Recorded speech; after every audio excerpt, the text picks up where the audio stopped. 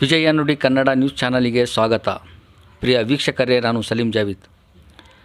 ದಾವಣಗೆರೆ ಮಹಾನಗರ ಪಾಲಿಕೆ ಹಾಗೂ ಜಲಸಿರಿ ಯೋಜನೆ ಅಧಿಕಾರಿಗಳ ಬೇಜವಾಬ್ದಾರಿ. ಬೆಂಕಿಯಂತಹ ಬಿಸಿಲಿನ ಬರಗಾಲದಲ್ಲಿ ಕುಡಿಯುವ ನೀರಿಗಾಗಿ ತತ್ತರಿಸಿರುವ ದಾವಣಗೆರೆ ಜನತೆ.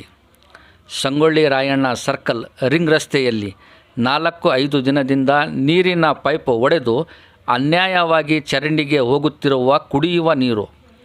ಈ ವಿಷಯವನ್ನು ವಿಜಯ ನುಡಿ ಸಂಪಾದಕರಾದ ಸೈಯದ್ ನೌಶಾದ್ ಜಲಸಿರಿ ಅಧಿಕಾರಿಗಳ ಹಾಗೂ ಮಹಾನಗರ ಪಾಲಿಕೆ ಅಧಿಕಾರಿಗಳ ಗಮನಕ್ಕೆ ತಂದರೂ ಸಹ ಉಡಾಫೆ ಉತ್ತರವನ್ನು ಕೊಡುತ್ತಿದ್ದಾರೆ.